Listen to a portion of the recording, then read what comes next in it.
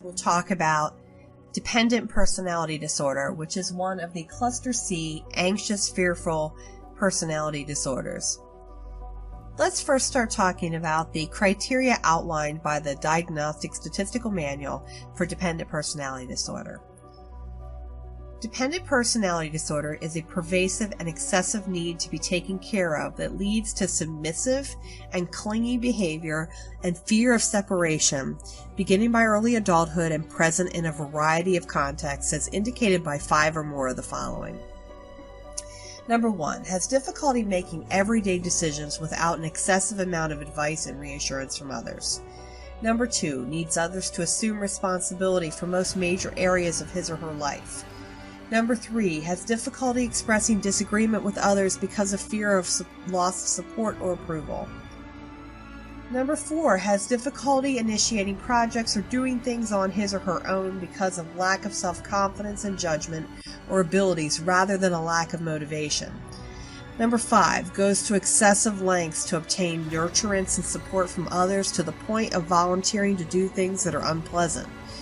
Number 6, feels uncomfortable or helpless when alone because of exaggerated fears of being unable to care for himself or herself. And number 7, urgently seeks another relationship as a source of care and support when a close relationship ends. And 8 is unrealistically preoccupied with fears of being left to take care of himself or herself. Now, the key thing with dependent personality disorder is we have to be talking about people who truly are unable to make decisions of everyday life. So it's not just a matter of somebody who kind of defers more often to a spouse or things like that.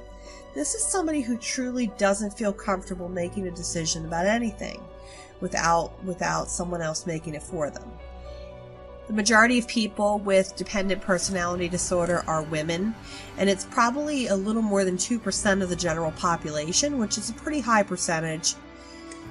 For the most part, they view the world as very overwhelming, while the rest of us sort of experience them as wishy-washy, fearful, inviting themselves to be exploited, unable to really take care of themselves.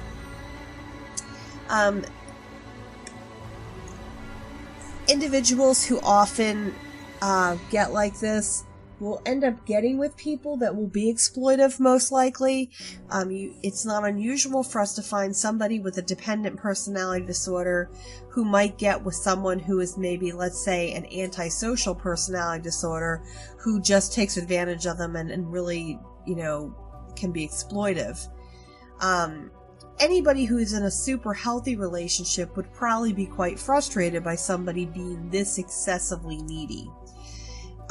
Somebody with a borderline personality disorder, however, would probably be thrilled to death of somebody needing this much love and attention, because since their fear so much is being left alone, somebody that would be dependent would be, unlikely to leave them. It is not unusual for people with dependent personality disorders to often end up turning to substance abuse as a way to sort of soothe how uncomfortable and anxious they are. Lots of times people with dependent personality disorders don't end up in treatment, and it's not because they don't need treatment or even that they would be opposed to it if it was offered to them. But typically people who are real dependent find somebody who will fit the bill for them, somebody who will give them all the answers to the questions so that they don't have to make any decisions themselves. Usually you only see somebody in this situation, in a treatment situation, when, for whatever reason, the person who made the decisions is no longer there to make the decisions. One of the clinical examples that I provide in the supplemental information to my online course talks about a case study of a woman named Debbie. And Debbie's probably the best example I can think of a dependent personality disorder.